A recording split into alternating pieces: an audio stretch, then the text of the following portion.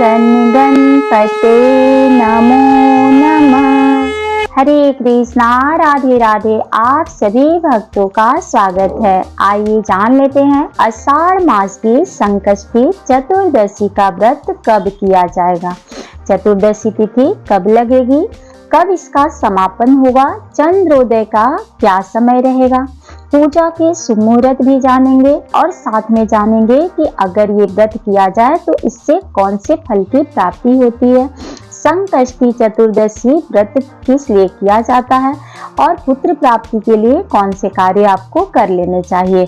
तो आइए जान लेते हैं। संपूर्ण जानकारी के लिए इस वीडियो में आप बने रहिएगा। अगर वीडियो पसंद आए तो लाइक भी कर लीजिएगा।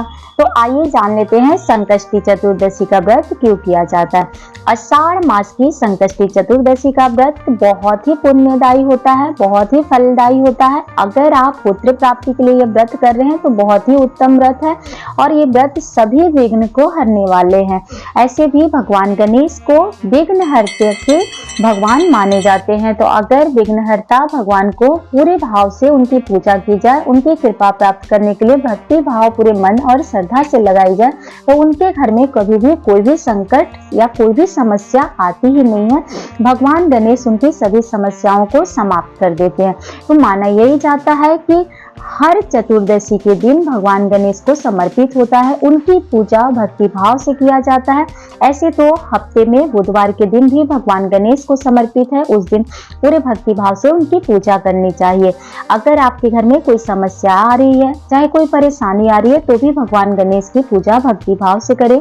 उनके मनपसंद मोदक के लड्डू, बूंदी के लड्डू और उनको ध्रुवा का घास अगर चढ़ाया जाए तो सभी समस्याएं समाप्त हो जाती है, सभी मनोकामना पूर्ण होती है। जिनके पुत्र नहीं होते हैं उनके पुत्र की भी प्राप्ति होती है, जिन्हें धन की आवश्यकता होती है उनके धन की भी संपूर्ण बाधा उनके घर की समाप्त हो जाती है और धन धान्य से उनका घर और भंडार भरा रहता है। तो सभी समस्याओं को समाप्त करने के लिए माना यही जाता है कि संकष्टी चतुर्दशी का व्रत करने से सभी पापों से भी मुक्ति मिलती है, सभी समस्याओं से भी मुक्ति मिलती है और धन धान्य पुत्र पौत्र आदि से घर संसार भरा। जान लेते हैं कि चतुर्दशी तिथि कब से आरंभ हो रही है। अगर वीडियो पसंद आएगी तो लाइक एंड सब्सक्राइब जरूर करिएगा। गणेश भगवान को समर्पित ये व्रत संकष्टी चतुर्दशी का व्रत अखंड सौभाग्य को देने वाला व्रत माना जाता है। संकष्टी चतुर्दशी का व्रत करने से भगवान विघ्नहर्ता है, गणपति की कृपा अगर आप प्राप्त करना चाहते हैं, घर में सुख शांति समृद्धि का वास चाहते हैं तो आप उस दिन भगवान गणेश को विधिवत पूजा करें। उनको पूरे विधिवत एक चौकी लगाकर विराजमान करके आप पूजा कर सकते हैं और नहीं तो अपनी सुविधा अनुसार अपने घर के मंदिर में भी पूजा कर सकते हैं। उनको प्रसन्न करना बहुत ही आसान होता है क्योंकि वो बहुत जल्दी आपकी कोई भी भक्ति भाव को जान लेते हैं और आपकी जो भी समस्या होती है उसका समाधान भी करते हैं। लेकिन आपका भक्ति सच्चे मन से होना चाहिए। अगर आप उनकी पूजा पूरे विधिवत करते हैं तो बहुत जल्दी प्रसन्न हो जाते हैं। अब सुख शांति और समृद्धि का वास उसी घर में होता है जिनके घर में भक्ति भाव से पूरे मन से उनकी पूजा की जाती है। तो अगर आप भगवान गणेश को प्रसन्न करना चाहते हैं तो अपने घर में उनकी विधिवत पूजा करें, चतुर्दशी तिथि को पूजा करें, उस दिन ध्रुवा उनको जरूर चढ़ाएं। अगर आपके घर में पुत्र की कामना करके अगर आप उनकी पूजा कर रहे हैं तो माना यही जाता है कि 21 ध्रुवा आप उनको अर्पित करें। प्रत्येक चतुर्दशी तिथि को आप व्रत कर सकते हैं। आषाढ़ मास की चतुर्दशी तिथि जो है बहुत ही पुण्यदायी है, तो इसमें भी आप अपनी कामना बोलकर पूजा कर सकते हैं। आप उनके भक्तिभाव से मंत्रों का जाप कर सकते हैं। ओम सहित मंत्र का जाप करने से बहुत जल्दी प्रसन्न होते हैं, आपकी कोई भी कामना हो वो पूरी हो जाती है। तो आइए जान लेते हैं कि आपके घर में अगर सुख शांति नहीं है या आपके घर में कोई भी ऐसी समस्या है तो आपको कौन से कार्य करने चाहिए।